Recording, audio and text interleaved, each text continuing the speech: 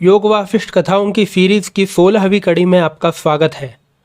अगर आपने अभी तक पहली 15 कथाएं नहीं सुनी है तो नीचे डिस्क्रिप्शन बॉक्स में दी गई लिंक पर जाकर उन्हें अवश्य सुन लीजिएगा। आइए अब सुनते हैं 16वीं कथा दाशूरोपाख्यान। मगध देश में शरलोमा नाम का एक मुनि रहता था। उसका एकमात्र पुत्र था दाशूर। वह अपने पिता से बहुत प्यार करता था। समय आने पर जब शरलोमा की मृत्यु हो गई तो दाशूर को अत्यंत शोक हुआ और वह अधीर होकर रोने लगा। उसका तीव्र दुख देखकर एक वन देवी को बहुत करुणा आई और वह उसके समीप जाकर अदृष्ट रूप से उसे समझाने लगी, हे साधु, तू क्यों शोक करता है? क्या तेरे लिए कोई ऐसी घटना हो गई है जो दूसरों के लिए नहीं होती? संसार का यह अटल नियम है कि यहाँ पर जीव पैदा होकर कुछ दिन जीकर मर जाते हैं। ब्रह्मा तक को भी एक दिन नाश को प्राप्त होना ही है। तो फिर किसी के मरने पर इतना शोक क्यों किया जाए?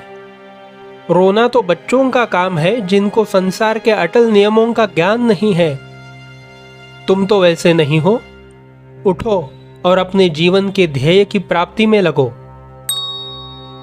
दाशूर को होश आया और उसने विचार किया कि पिता के मरने पर शोक करना व्यर्थ है। शोक करने से पिताजी जीवित नहीं हो सकते। अब अपने जीवन को सुधारना चाहिए। यह सोचकर उसने तप करने का निश्चय किया। तप करने के लिए उसने एक अत्यंत पवित्र स्थान की खोज करना शुरू किया, लेकिन उसको कहीं पर भी कोई पवित्र स्थान नहीं मिला। अंत में उसकी समझ में यह आया कि यदि वह किसी प्रकार किसी वृक्ष की एक अग्रभाग पर स्थित रह सके तो वह तप करने का सबसे शुद्ध स्थान होगा। यह इच्छा अपने मन में रखकर उसने कुछ लकड़ियां एकत्रित करके आग जलाई और अपना मांस काट काट कर अग्नि देवता को बलि देना आरंभ किया।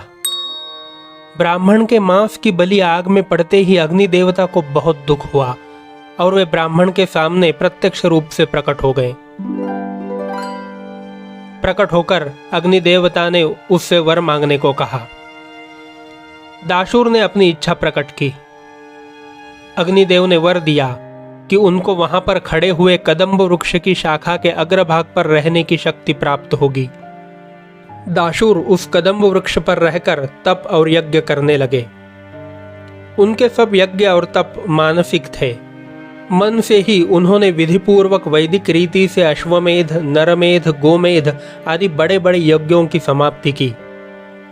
बहुत दिनों तक तप और यज्ञ करने से भी उनको आत्मज्ञान प्राप्त नहीं हुआ, क्योंकि आत्मज्ञान तो केवल विचार से ही उत्पन्न होता है, तप और यज्ञ द्वारा नहीं प्राप्त होता।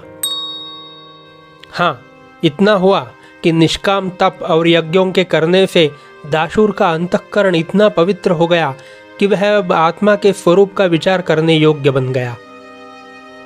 विचार करने से उसको आत्मज्ञान हो गया और वह जीवन मुक्त होकर आनंद से उस वन में रहने लगा।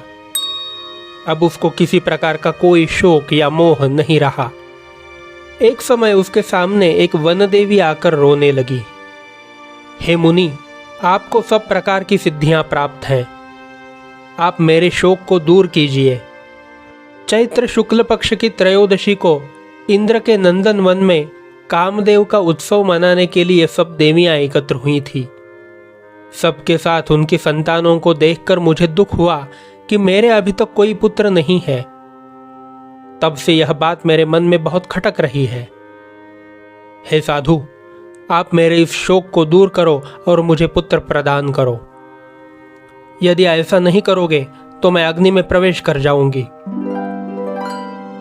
दाशूर को उस वन देवी पर दया आई और उन्होंने उसको एक पुष्प देकर कहा, जाओ, 1 महीने के बाद तुम्हारे गर्भ से एक पुत्र होगा।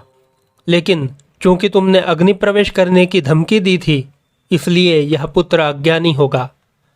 सांसारिक विद्याएं उसको सभी आएंगी, परंतु आत्मज्ञान उसे बिना किसी ज्ञानी के उपदेश किए नहीं होगा। प्रसन्न चित्त होकर वह वन देवी घर गई और 1 महीने पश्चात उसको पुत्रोत्पत्ति का आनंद प्राप्त हुआ। माता ने पुत्र का भली भांति पालन पोषण किया और उसे सब प्रकार की विद्याएं पढ़ाईं। जब वह 10 वर्ष का हो गया तो उसने उसको दाशुर मुनि के पास लाकर उनसे प्रार्थना की कि वे उसको आत्मज्ञान देकर अपने शाप को दूर करें। फिर दाशुर ने वनदेवी के उस पुत्र को नाना प्रकार के दृष्टांतों द्वारा ब्रह्मज्ञान का उपदेश दिया। ऋषि वशिष्ठ ने श्री राम से कहा कि एक समय जबकि वे आकाश मार्ग से सूक्ष्म शरीर द्वारा गंगा में स्नान करने जा रहे थे, तब उन्होंने दाशुर मुनि को वनदेवी के पुत्र को आत्मज्ञान का बड़े सरल और रोचक उपाय से उपदेश करते हुए सुना था। उस समय दाशुर मुनि उसको यह समझा रहे थे कि सारा जगत संकल्प का प्रसार है। संकल्प ही सारे पदार्थों का उत्पादक है। संकल्प द्वारा ही संसार की रचना होती है और संकल्प के क्षीण होने पर संसार का नाश होता है। यह संसार केवल एक संकल्प का नगर है जो कि शुद्ध चिदाकाश में उदय होता है और उसी में लय हो जाता है।